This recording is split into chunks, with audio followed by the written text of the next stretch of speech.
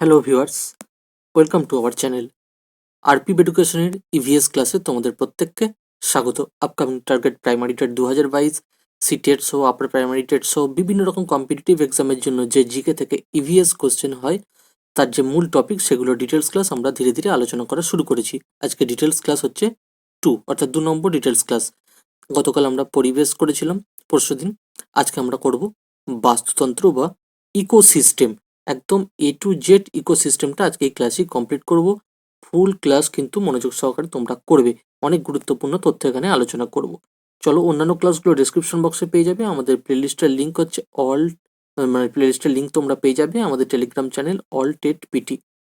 এটা সার্চ করলেই তুমি টেলিগ্রামে গিয়ে পেয়ে যাবে, বা ডিটেলস ক্লাসের জন্য তলাতে যে ডেসক্রিপশন বক্স দেওয়া আছে তার নিচেতেও তোমরা লিঙ্কটা পেয়ে যাবে। চলো, কথা না বাড়িয়ে শুরু করছি আজকের ফুল ক্লাস। তো ইকোসিস্টেম বা বাস্তুতন্ত্র এই বিষয়টা যেহেতু টপিক, এটা জেনে নেব। বলছে কোনো একটি পরিবেশের অজীব এবং জীব উপাদান সমূহের মধ্যে যে পারস্পরিক ক্রিয়া, আদান প্রদান ইত্যাদির মাধ্যমে যে পরিবেশে যে তন্ত্র গড়ে ওঠে তাকেই বলে বাস্তুতন্ত্র। ঠিক আছে, আশা করি বোঝা গেল। অজীব ও জীব উপাদান সমূহ দুজনের কিন্তু পারস্পরিক ক্রিয়া, অর্থাৎ বাস্তুতন্ত্র হলো একটি নির্দিষ্ট অঞ্চলের সমস্ত জীবন্ত জিনিস, যেমন ধরো উদ্ভিদ, প্রাণী এবং জীব। এখানে জীবিত প্রাণীরা কিন্তু একে অপরের সাথে এবং পার্শ্ববর্তী পরিবেশের সাথে যোগ সাধন করে। বাস্তুতন্ত্রকে বলতে পারেন যে জীব এবং তাদের পরিবেশের মধ্যে মিথস্ক্রিয়ার একটি শৃঙ্খল। অর্থাৎ আমরা এখানে বুঝতেই পারলাম অজীব ও জীব উপাদান সমূহের পারস্পরিক একটা শৃঙ্খল, আদান প্রদান, হ্যাঁ, মিথস্ক্রিয়া যাই বলো না কেন, সেই একই বিষয় ঘুরে ফিরে আসছে। যেমন ধরো উদ্ভিদ ও প্রাণী, তাদের একটা পারস্পরিক বিষয়। হ্যাঁ, জীব যেখানে জীবিত প্রাণীরা যেখানে একে অপরের সাথে পার্শ্ববর্তী পরিবেশের সঙ্গেও যে যোগ সাধন করে, সেই যে তন্ত্র কৌশল সেটাকেই আমরা বলবো বাস্তুতন্ত্র। এবার বাস্তুতন্ত্র সম্পর্কে কয়েকটা কোটেশন জেনে নেবো, তারপর জেনে নেবো বাস্তুবিদ্যার ছোট্ট কয়েকটি পার্ট। ইকোসিস্টেম বা বাস্তুতন্ত্র। তো এই ইকোসিস্টেম কথাটি প্রথম কে ব্যবহার করেন? অ্যান্সার হবে কিন্তু A.G. ট্যান্সলে। ইকোসিস্টেম কথাটি সর্বপ্রথম 1935 সালে 1935-এ A.G. ট্যান্সলে ব্যবহার করেন। এই যে দেখতে পাচ্ছ আঙুল দিয়ে দেখাচ্ছে, এগুলো হচ্ছে কার্সারের চিহ্ন। এই রকম প্রচুর তথ্য আজকে তোমরা পাবে। দেখো লিন্ডম্যান, তো লিন্ডম্যান বাস্তুতন্ত্রের সংজ্ঞা দেন। বাস্তুতন্ত্রের সংজ্ঞা কে দেন? লিন্ডম্যান। কত খ্রিস্টাব্দে? 1942 খ্রিস্টাব্দে। তাহলে সর্বপ্রথম কে ব্যবহার করেন? A.G. ট্যান্সলে। ইকোসিস্টেম কথাটি প্রথম ব্যবহার করেন 1935 সালে।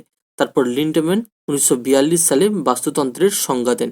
এবং ওডাম, এই নামটিও তোমরা পরিচিত, ওডাম বাস্তুতন্ত্রের সংজ্ঞা দেন কত সালে?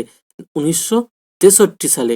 অর্থাৎ 1942 সালে সংজ্ঞা দেন লিন্ডম্যান, আর 1963 সালে সংজ্ঞা দেন বাস্তুতন্ত্রের ওডাম। এরপর আমরা দেখে নেব বাস্তুতন্ত্রের ধর্মের আগে বাস্তু যে বিদ্যা, সেটা কি?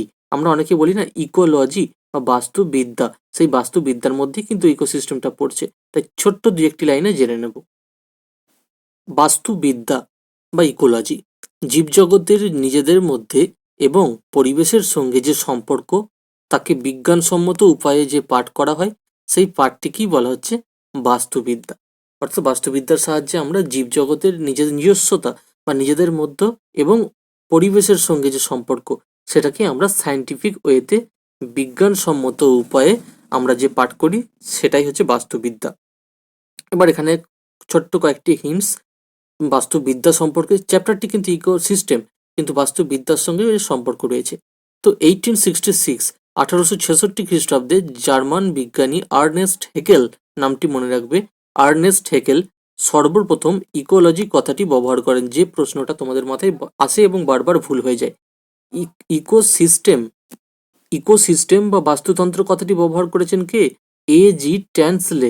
এটা মনে রাখতে হবে, A.G. ট্যান্সলে। আর ইকোলজি কথাটি সর্বপ্রথম ব্যবহার করেন 1866-এ জার্মান বিজ্ঞানী। কোথাকার বিজ্ঞানী? জার্মান বিজ্ঞানী। নাম কি? Ernst Haeckel. ভালো করে ফুল ক্লাস করবে, এরকম অনেক তথ্য জানতে পারবে। অনেকে তোমরা জানো গ্রিক শব্দ ইকোলজি কথাটি কোথা থেকে এসেছে? ওইকস, OIKOS, ওইকস এবং লোগোস শব্দ থেকে, যার অর্থ হচ্ছে বাসস্থান সম্পর্কে জ্ঞান বা অধ্যয়ন করা। ঠিক আছে, এটা শব্দটা হচ্ছে গ্রিক শব্দ, এটা তোমরা মনে রাখবে। এবার আমরা চলে যাব বাস্তুতন্ত্র, মেন যে টপিক, তাতে। এখন আমরা দেখব বেশ কিছু গুরুত্বপূর্ণ প্রপার্টিস অফ ইকোলজি বা ইকোসিস্টেম বলতে পারি। বাস্তুতন্ত্রের বিভিন্ন যে ধর্ম বলতে এখানে প্রপার্টিসের কথা বলা হচ্ছে। গুরুত্বপূর্ণ কয়েকটি পয়েন্ট তোমাদেরকে হাইলাইট করে দেবো, এগুলো মনে রাখার চেষ্টা করতে হয় বা লিখে নিতে হয়। দেখো, একটি নির্দিষ্ট এলাকা থাকে, অর্থাৎ বাস্তুতন্ত্রের একটি নির্দিষ্ট এলাকা থাকে, এগুলো বৈশিষ্ট্যের মতো, প্রপার্টিসের মতো মনে রাখতে হয়। একে সময়গত এককে পরিমাপ করা যায়। কাকে? বাস্তুতন্ত্রকে সময়গত এককে পরিমাপ করা যায়। বাস্তুতন্ত্রের যে ধর্ম, তার সাহায্যে কি কি করা যায় বা তাতে কি করা যায়। বাস্তুতন্ত্র এক মুক্ত প্রণালীর অন্তর্গত, ওপেন এন্ডেড। বাস্তুতন্ত্র এখানে ইকোসিস্টেম ইজ ওপেন এন্ডেড। আর তারপর কি বলছে, বাস্তুতন্ত্রে শক্তি প্রবাহটা একমুখী। মনে রাখবে এখানে বাস্তুতন্ত্রের শক্তি প্রবাহ কোন কমুখী, কেমন যদি অপশন দিয়ে দেয় কঠিনভাবে, তখন হয়ে যাবে একমুখী। আর বাস্তুতন্ত্রে বিভিন্ন শক্তির মধ্যে সৌরশক্তি প্রধান, এটাও একটা পয়েন্ট। অর্থাৎ যে 5টি পয়েন্ট, এখানে 5টি পয়েন্টই মনে রাখার মতো, কারণ এখন জিকে ওরিয়েন্টেড ক্লাসই কিন্তু হচ্ছে, আর জিকে ওরিয়েন্টেড কোশ্চেনই কিন্তু এক্সামে আসছে। তো এরপর আমরা কি দেখে নেব, বাস্তুতন্ত্র সম্পর্কিত বিভিন্ন গুরুত্বপূর্ণ বিষয়, এখানে ছোট্ট ছোট্ট পয়েন্ট করে করা আছে যাতে মনেও থাকে এবং কোশ্চেন ওরিয়েন্টেড ক্লাসটি আস্তে আস্তে হতে থাকে। দেখো, একটা গুরুত্বপূর্ণ বিষয়, ফুটপ্রিন্ট অফ ইকোসিস্টেম, বাস্তুতান্ত্রিক যে পদচিহ্ন, এটা কি? দেখো, এখানেই আমরা শিখে নেব বাস্তুতান্ত্রিক পদচিহ্ন, এই শব্দটা বারবার উঠে আসে, এটা কি জিনিসটা? পৃথিবীর বাস্তুতন্ত্র থেকে মানুষ তার যে নিজস্ব চাহিদা মেটায়, অর্থাৎ প্রতি বছরে যতটা পরিমাণ প্রাকৃতিক সম্পদ মানুষ তার নিজের জন্য ব্যবহার করে থাকে, তার যে পরিমাপ পদ্ধতি, সেই পরিমাপ করাটা কি বলে? বাস্তুতান্ত্রিক পদচিহ্ন।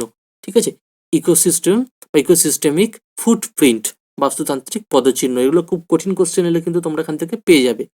ঠিক আছে, তাহলে পদচিহ্ন কি? দেখো, তুমি একজন মানুষ, তুমি তোমার মানে পৃথিবীতে, তুমিও মানুষ আমিও মানুষ, অর্থাৎ তুমি পৃথিবীতে তোমার নিজস্ব চাহিদার জন্য কতটা নিজ প্রাকৃতিক সম্পদকে ব্যবহার করছো, এবারে সেই পরিমাণটা, সেই পরিমাণের যে পরিমাপ, সেটা কি বলছে? বাস্তুতান্ত্রিক পদচিহ্ন।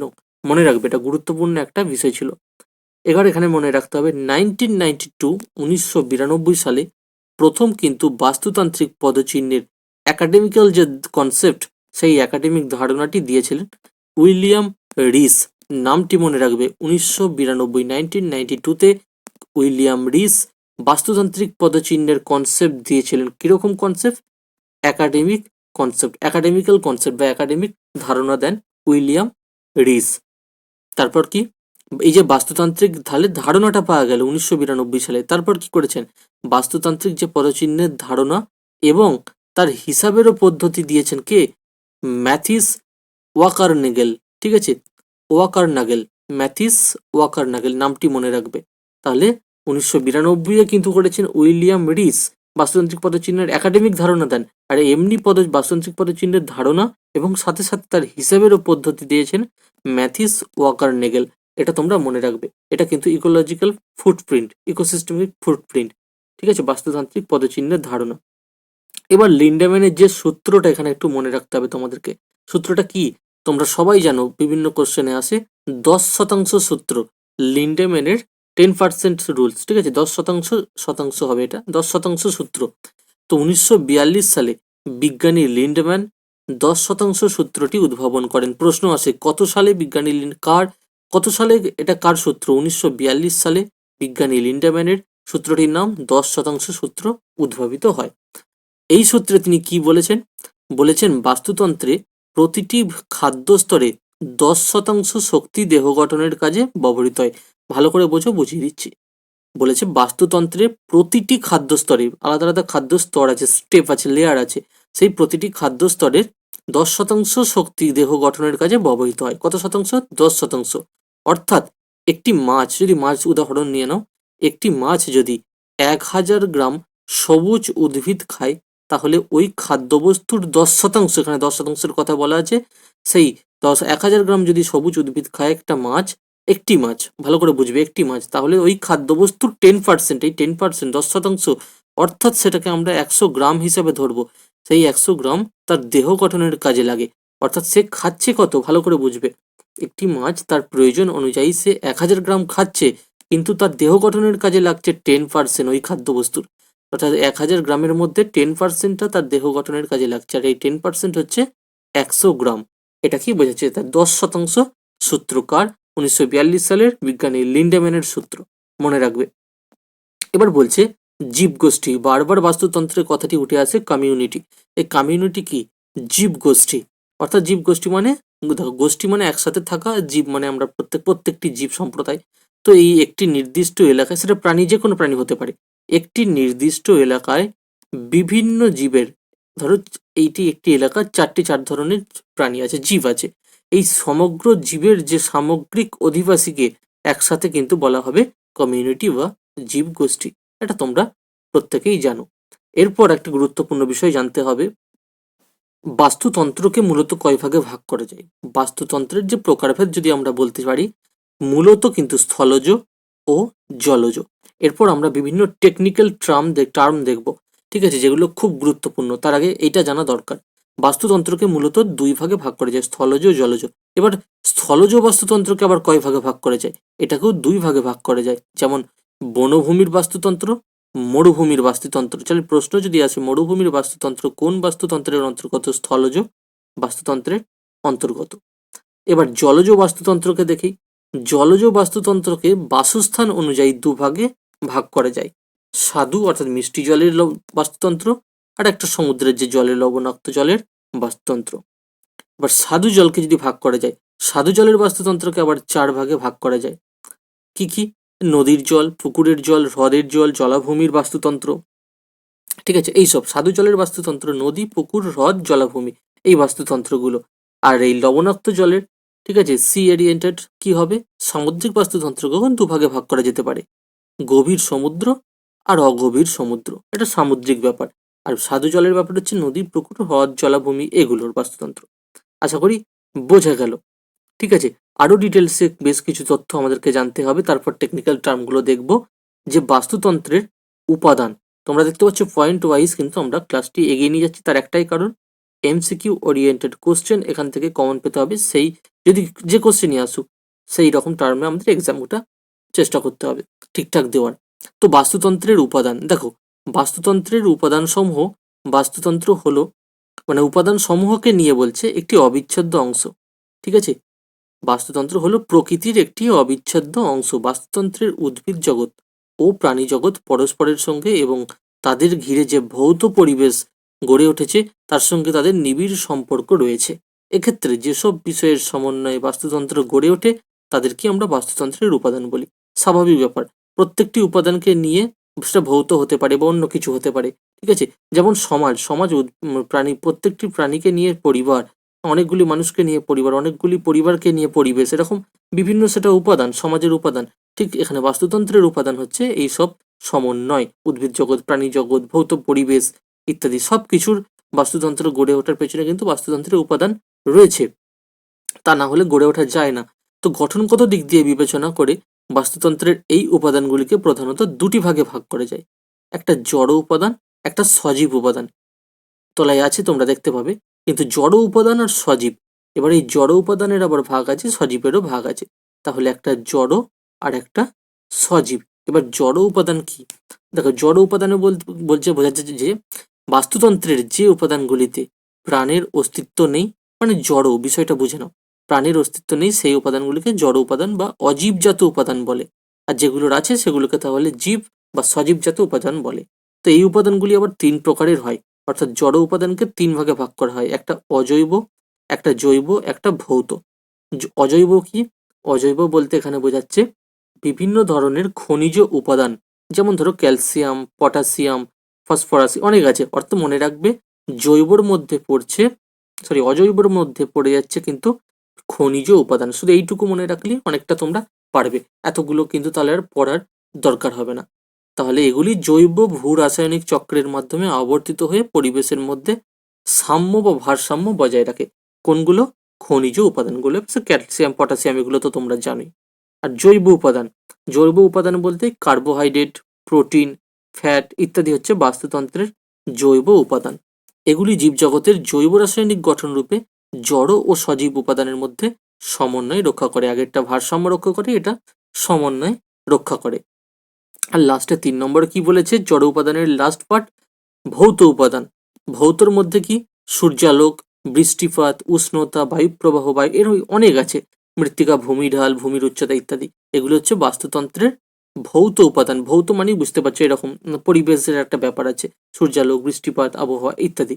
তো এই ভৌত ব্যাপার এগুলো বাস্তুতন্ত্রের বিভিন্ন ক্রিয়া প্রতিক্রিয়ার চরমাবস্থা নির্ধারণ করে। প্রথমটা ভারসাম্য বজায় রাখে, দ্বিতীয়টা কি করে, সমন্বয় রক্ষা করে। অর্থাৎ অজৈব উপাদান, জড় উপাদানের মধ্যে তিনটে কাজ দেখো, জড় উপাদানের অজৈব উপাদান কি করছে, এখানে ভারসাম্য বজায় রাখছে বা পরিবেশের মধ্যে সাম্য বজায় রাখছে আবর্তিত হয়ে। জৈব উপাদান কি বলছে, এখানে সমন্বয় সাধন করছে জড় ও সজীব উপাদানের মধ্যে। ভালো করে, এইটাই হচ্ছে জিস্ট, ভালো করে পড়লে এটুকুই এইভাবে সুন্দরভাবে বোঝা যায়।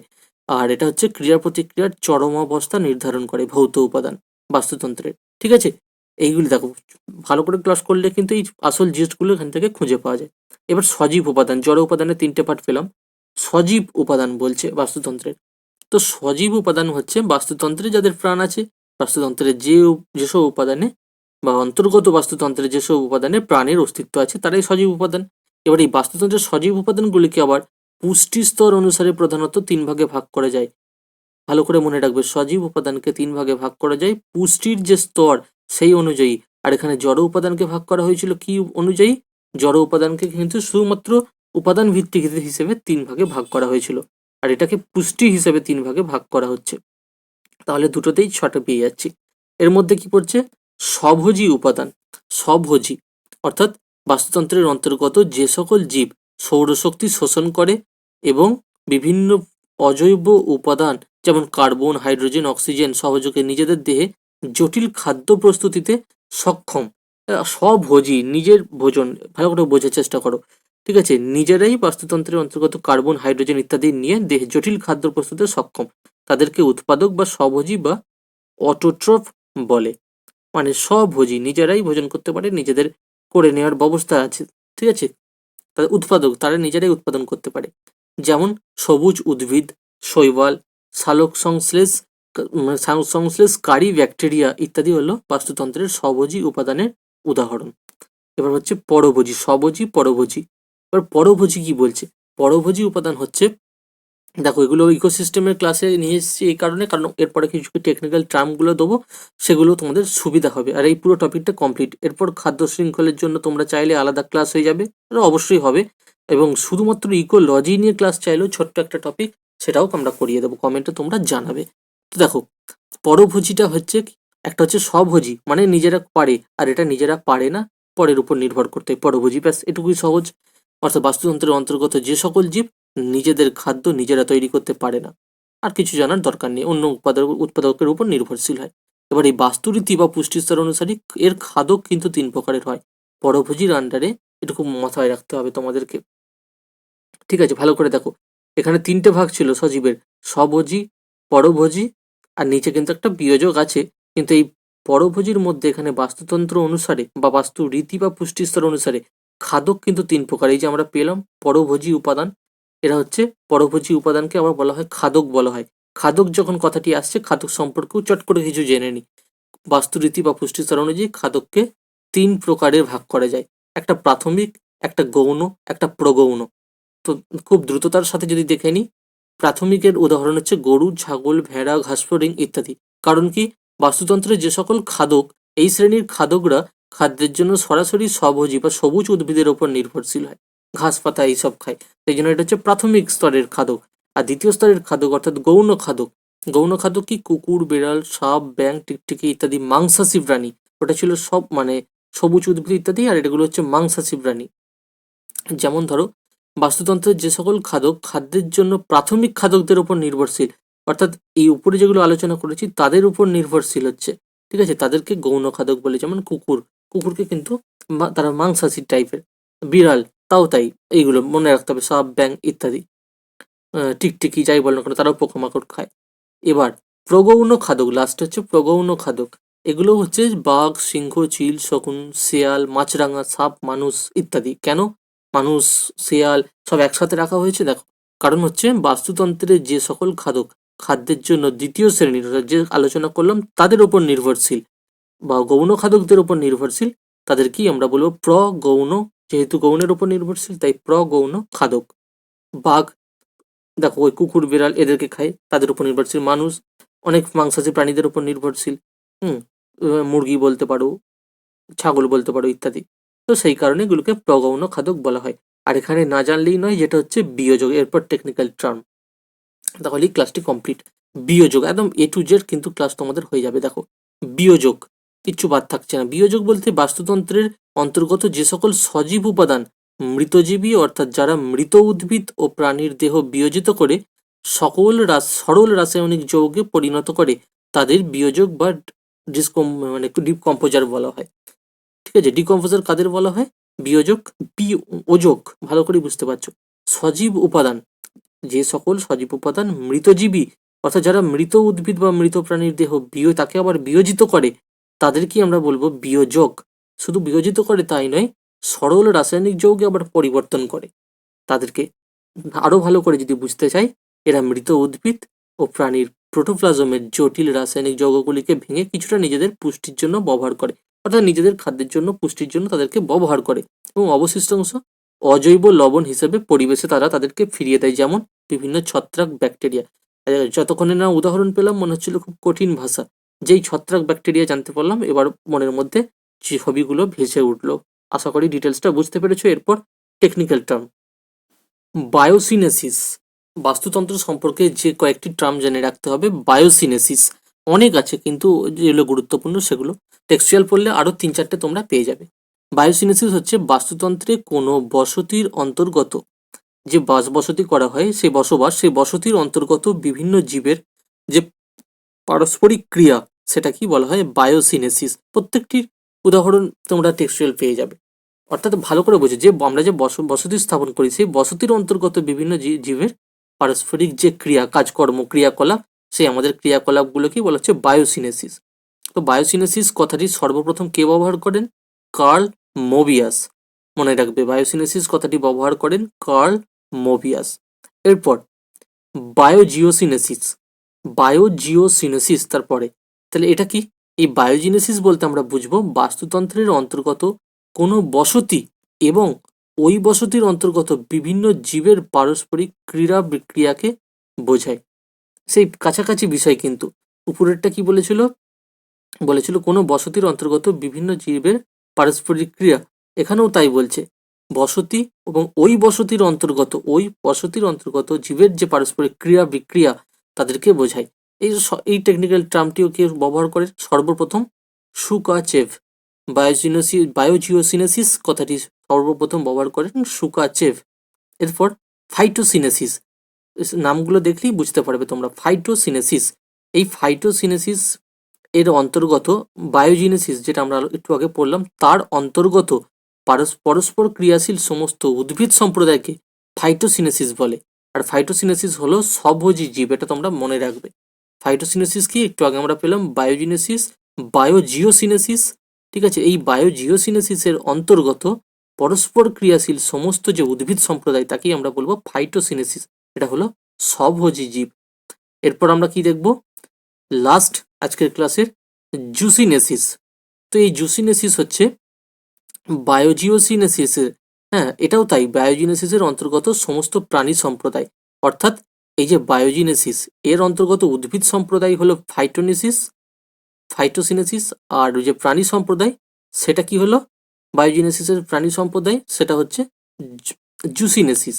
যেমন ধরো, ভালো করে বোঝো, এইটা মনে রাখলি এটার উদ্ভিদ সম্প্রদায় এর অন্তর্গত, আর এরই অন্তর্গত প্রাণী সম্প্রদায় এটা। ঠিক আছে, তো এর অন্তর্গত সমস্ত প্রাণী সম্প্রদায়কে বোঝায় যারা পরস্পর খাদ্য সম্পর্কের ভিত্তিতে ক্রিয়া করে। আর এই জুসিনেসিস হলো প্রথম, দ্বিতীয়, তৃতীয়, চতুর্থ স্তরের খাদক। সেটা আমরা খাদ্য শৃঙ্খলের যে চ্যাপ্টার করব সেখানে ভালো করে জেনে নিলে আশা করব বিষয়টা ক্লিয়ার হয়ে যাবে। তো এই ছিল আজকের আলোচনা, তোমাদের হোম টাস্ক। তোমরা কমেন্টে জানাও ক্লাস কেমন লাগলো। এখানেই তোমাদের কমেন্টে অ্যান্সার করার জন্য হোম টাস্ক কিন্তু এখানেই তোমাদের দেওয়া হচ্ছে স্ক্রিনে। তোমাদের আজকে 3টে হোম টাস্কের কোশ্চেন। কোশ্চেন নাম্বার 1, বাস্তুতান্ত্রিক পদচিহ্নের একাডেমিক ধারণা কে সর্বপ্রথম দেন? বাস্তুতান্ত্রিক পদচিহ্ন বা ইকোসিস্টেমিক যে ফুটপ্রিন্ট, তার একাডেমিক ধারণা সবার প্রথমে কে দেন? কোশ্চেন নাম্বার 2, বায়োসিনেসিস প্রথম কথাটি কে ব্যবহার করেন? বায়োসিনেসিস কথাটি প্রথম কে ব্যবহার করেন? প্রত্যেকটি অ্যান্সার কিন্তু তোমরা কমেন্টে গিয়ে জানাও। এবং কোশ্চেন নাম্বার 3, 10% সূত্রটি কার? 10% সূত্রটি কার? এগুলো তোমরা প্রত্যেকটি কোশ্চেনের অ্যান্সার কিন্তু তোমরা কমেন্ট সেকশনে গিয়ে জানাবে। HD1, HD2, HD3। ভালো লাগলে অবশ্যই তোমরা লাইক, কমেন্ট, শেয়ার করে দাও বিভিন্ন টেট গ্রুপে, ঠিক আছে? কারণ শেয়ারিং ইজ কেয়ারিং। প্রত্যেকে কিন্তু এই ক্লাসগুলো, রিসার্চ ক্লাসগুলো করতে চাইছে, তারা ক্লাসটি পাচ্ছে না। অবশ্যই তোমরা শেয়ার করে দিও। আমাদের টেলিগ্রাম চ্যানেল তোমরা স্ক্রিনে দেখতে পাচ্ছ, হাইলাইটে সমস্ত দেখা যাচ্ছে। অলটেড পিটি, সেখানে তোমরা টেলিগ্রাম চ্যানেলে জয়েন হতে পারবে, লাইভ ক্লাসের আপডেট এবং পিডিএফ পাবে। এবং চ্যানেলটি সাবস্ক্রাইব করে যদি তোমরা পাশে থাকা বেল আইকনটি প্রেস করে দাও, তাহলে সবার আগে সব আপডেট কিন্তু অল নোটিফিকেশন হিসেবে তোমরা পেয়ে যাবে, ঠিক আছে? অবশ্যই তোমরা শেয়ার করো এবং প্লেলিস্টের অন্যান্য লিঙ্ক আছে ডেসক্রিপশন বক্সে। প্রত্যেকটি বিষয়ের প্রত্যেকটি ক্লাস তোমরা পেয়ে যাবে এইভাবে। Thank you for your time.